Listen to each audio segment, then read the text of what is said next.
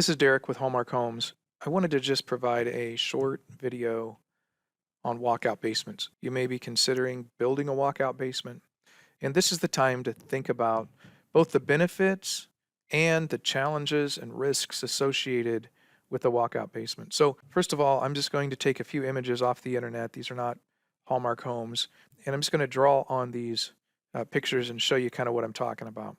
Now, this particular lot slopes down pretty significantly here on the left-hand side and then flattens out.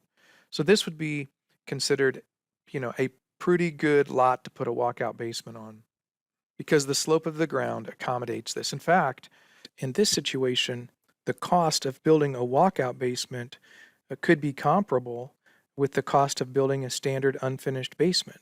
In other words, putting a basement in here without a walkout, because then you would have to somehow fill this in and bring dirt in possibly. And so in other words, sometimes walkout basements are highly beneficial both from aesthetics and from a cost factor.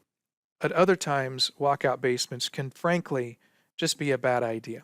If you have a lot that is flat, or if you have slope in the wrong spot, it can really cause significant challenges on a walkout basement. If this land came right across here and it was flat, this would not be conducive for a walkout basement. Here's another good kind of illustration of this and the problems that kind of arise. If this dirt was clear up here and it just was completely flat and not at an angle, first you'd have to dig out the dirt under the house, which you have to do that for every basement, so that's no big deal. But if you can imagine trying to get rid of all this dirt back here and then have it slope away from your house, this is just a massive amount of dirt to move, because not only are you taking out this chunk of dirt behind the house, but you also then have to slope the rest of the dirt away from the house, which could be hundreds of feet. And notice, if this was flat, then the dirt would be up to here on the side of the house. It would be filling all this area up too, which also would require not only a massive amount of dirt work in the back, but also retaining walls. So let me show you what these retaining walls look like. If you have a flat lot and the dirt's all the way up here, again, you'd have to dig out this whole area, and then on top of that, you can see, I'll change colors here.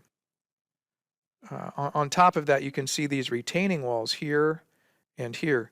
So now you have not only the cost of getting all that dirt out of there, but you also have the cost of retaining walls to hold the dirt back in areas where you don't want the dirt to cave in because you don't have a natural slope.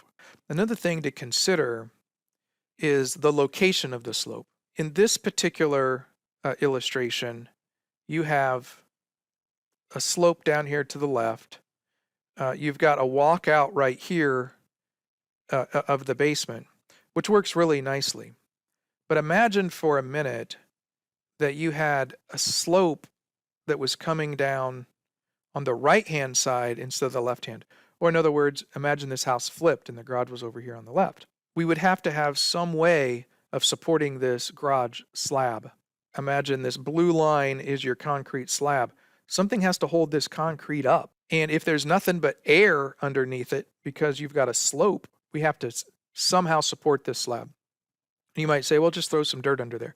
The problem is with uncompacted fill or dirt, this slab is going to crack and it's going to fall, because over time that dirt's going to settle and that slab's going to settle with it.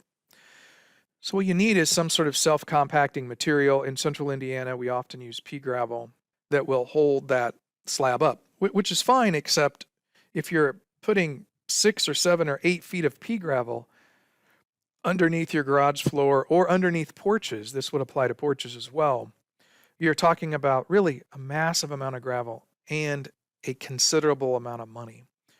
So in summary, if you have a lot that slopes, and in particular slopes at the right places, the cost of building a walkout basement could be comparable to building a standard unfinished basement.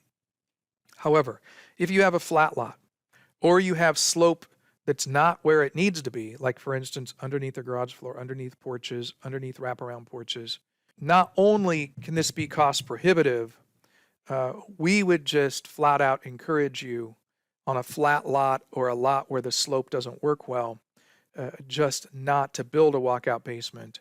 It just creates so many unneeded challenges, and on top of that, costs significantly more. And you might be saying, well, what do you mean by significant? Well, we've seen anything from 10 to 20,000 to 50 to 60,000 extra that really didn't get you anything more on the house. It didn't add any more basement square footage. It didn't add any square footage to the house. It did nothing other than attempt to move dirt, add pea gravel, add retaining walls. And unfortunately, these expenses can really add up depending on the challenges of your particular building lot. Now, any additional questions you might have, we have construction managers that have lots of experience in building walkout basements. We'll be happy to answer your questions. And I hope this video has been helpful if you're looking at possibly building a walkout basement.